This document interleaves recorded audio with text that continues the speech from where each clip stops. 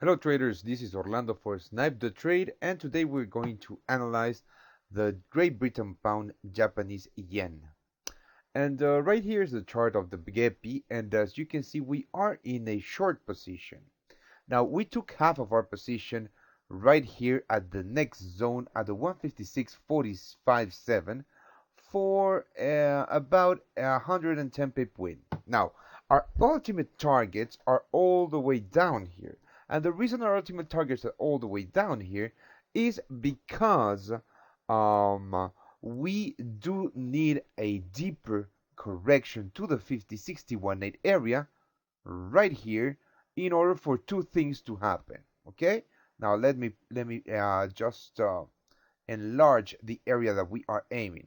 Now, two things might happen. One, price might come all the way to our zone around the 155.44 area and then push up, okay, breaking this area where we encounter a lot of sellers. Now, we don't have um, important news from Japan, but we did have some important news earlier today on the UK about the manufacturing production month over month. And well, the forecast was 0.4% and the actual number was 0.1%, which is worse than the forecast, but is better than the previous number of minus 0.9%.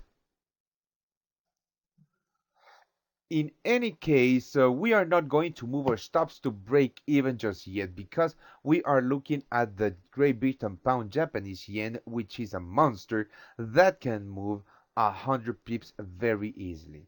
Now, let me zoom out on the chart and let me show you where we are at.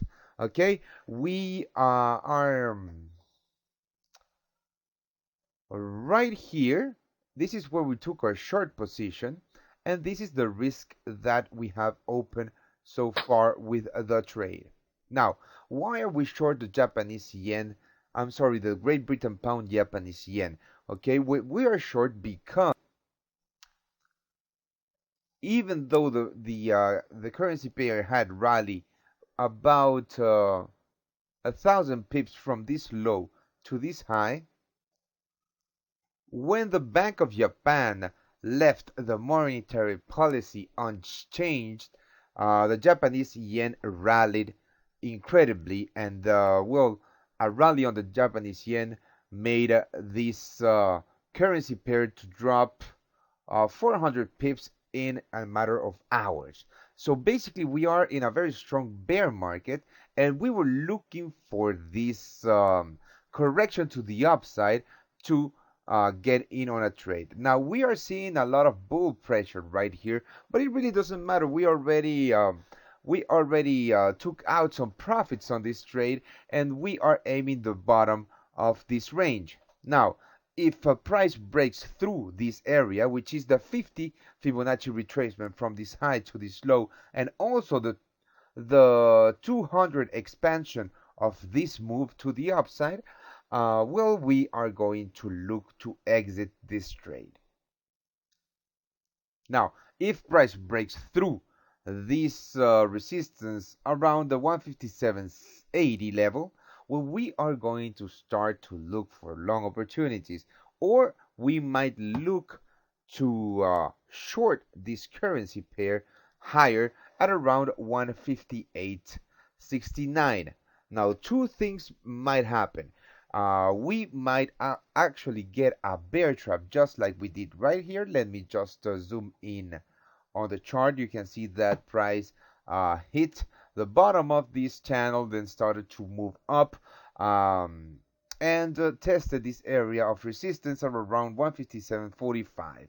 Now, short sellers right here got pushed out and squeezed out of their positions on this bear trap, and we were actually waiting for a deeper retracement to get short. And when price clearly rejected the 157.78, we went short, and we took two targets because this currency pair is actually very unpredictable, and well, we already were 110 pips in the money, so we wanted to take half of our position.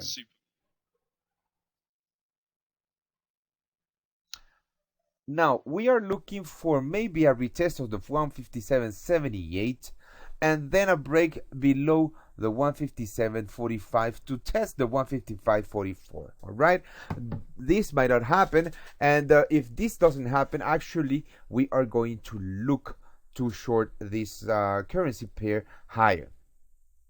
In any case, we remain bearish on the GEPI, and we are going to look closely the close of this candle, and we are going to actually see if this if this bullish momentum was just profit taking from short positions for 110 pips, on which case we predict a continuation of this move to the downside, or well, this could be actual buyers trying to push price up.